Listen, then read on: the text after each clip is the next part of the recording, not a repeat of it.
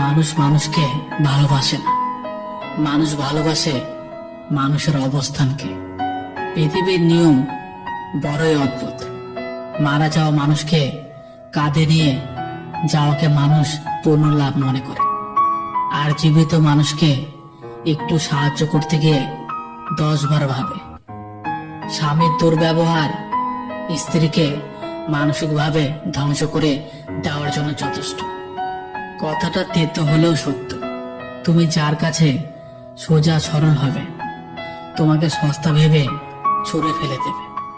ধনুর থেকে বেরোনো তীর আর মানুষের মুখ থেকে বেরোনো শব্দ একবার বের হলে তা ফেরানো যায় না। আপনি যখন প্রিয় হবেন, অন্যের নিন্দা আপনাকে শোনাবে। আপনি যখন অপ্রিয় হবেন, আপনার নিন্দা অন্যকে শোনাবে। বাস্তবে প্রিয় বলে কিছুই হয় না। প্রয়োজনই মানুষকে একে অপরের প্রিয়জন বানায়। দিনের শেষে ভালো থাকতে গেলে কি লাগে? সারা দিনের গল্পগুলো বলতে পারবো এমন একজন মানুষ, যে আপনার ভালো সময় পাশে থাকবে, কিন্তু খারাপ সময়ে নানা অজুহাতে আপনি তাকে পাশে পাবেন না। বিয়ে করার আসল অর্থ হলো নিজের অধিকারকে অর্ধেক করা আর কর্তব্যকে দ্বিগুণ করা। স্বামী ও স্ত্রী হিসাবে তারাই পারফেক্ট, যার চোখে নিজের স্ত্রী সবচেয়ে সুন্দরী নারী, আর যার চোখে নিজের স্বামী সবচেয়ে সুদর্শন পুরুষ। জীবনে 5টি সত্য মায়ের চেয়ে বেশি কেউ ভালোবাসে না। গরিবের কোনো বন্ধু হয় না। সম্মান তারাই পায় যাদের টাকা আছে। এখন মানুষ মন দেখে নয়, রূপ দেখে ভালোবাসে।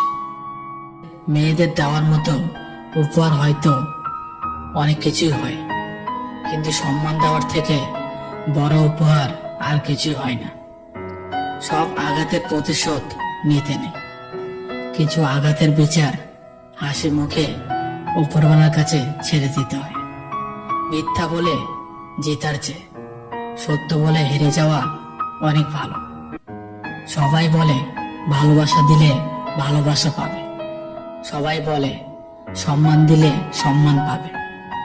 আসলে ওই কথাগুলো শুনতে ভালো লাগে। বাস্তবে ভালোবাসা দিলে সস্তা ভাবে, আর সম্মান দিলে বোকা ভাবে। মানুষের খুব কাছাকাছি যেতে নেই, একটা দূরত্ব রাখা উচিত, তাহলে সম্পর্কগুলো ভালো থাকে। খুব কাছাকাছি গেলে অধিকার জন্ম নেয়, তখন না চাইলেও রাগ, অভিমান আর ভালোবাসার আবেগ চলে আসে। কেননা যত কাছাকাছি যাওয়া হয় ততই মায়া বেড়ে যায়। রাগের মাথায় কাউকে অনেক আঘাত করে কথা বলার পরেও যদি সে চুপ থাকে, তাহলে এটা বুঝে নিও না যে সে কষ্ট পায়নি, অথবা তার কাছে কোনো উত্তর নেই। কথা হজম করতে শিখুন, এটা অনেক বড় গুণ। আপনাকে জীবনে জিততে সাহায্য করবে। কখনো তর্ক করে জিততে যাবেন না, এটা সময়ের অপচয়। জীবনে শাসন করার মতো কেউ থাকলে তার খেয়াল রেখো, তাকে সম্মান দিও, তার কৃতজ্ঞতা জানিও উপরওয়ালাকে। কারণ যে বাগানে মালি থাকে না, সে বাগান খুব তাড়াতাড়ি নষ্ট হয়ে যায়। পৃথিবীর সবচেয়ে বড় মনোবৈজ্ঞানিক হচ্ছে মা, যিনি মুখে বলার আগেই মনে সব কথা বুঝে নেয়। সাথে সাথে উত্তর দিও না যখন তুমি রেগে আছো। বড় কোনো প্রতিশ্রুতি দিও না যখন তুমি খুব খুশিতে আছো। গুরুত্বপূর্ণ কোনো সিদ্ধান্ত নিও না যখন তুমি খুব দুঃখে আছো।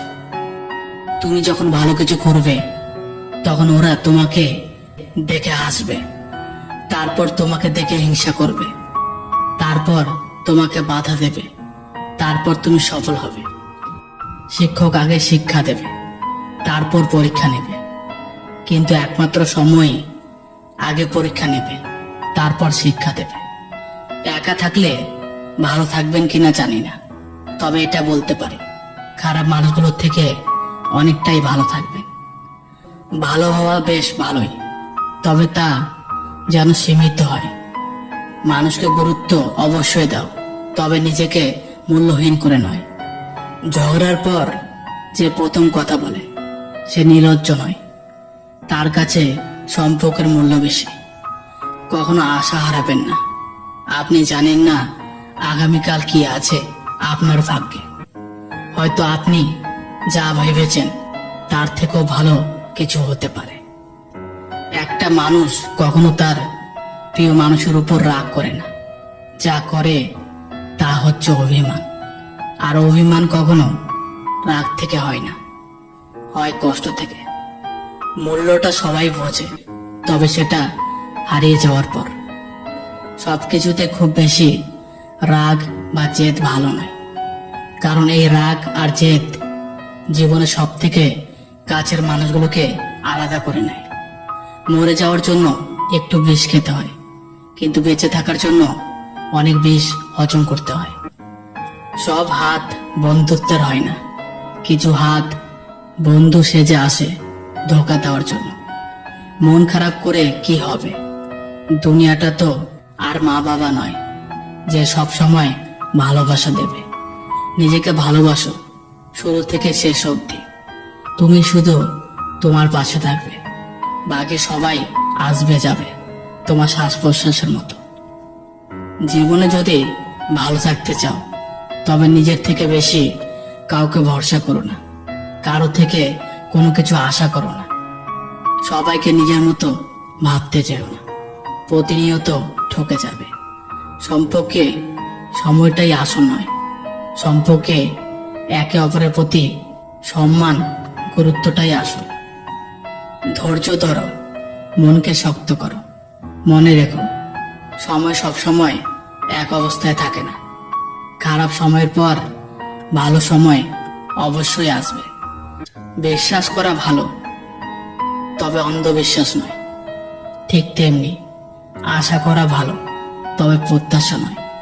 তিনটে সময় আপনি কাছের মানুষগুলোর আসল রূপ চিনতে পারবেন। যখন আপনি বিপদগ্রস্ত হবেন, যখন আপনি অভাবগ্রস্ত হবেন, আর যখন আপনি অসুস্থ হবেন।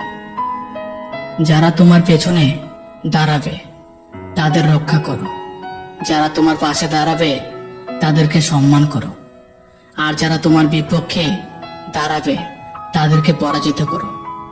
যে আঘাত মানুষকে পাথর বানায়, সেই পাথর সহজে ক্ষয় হয় না।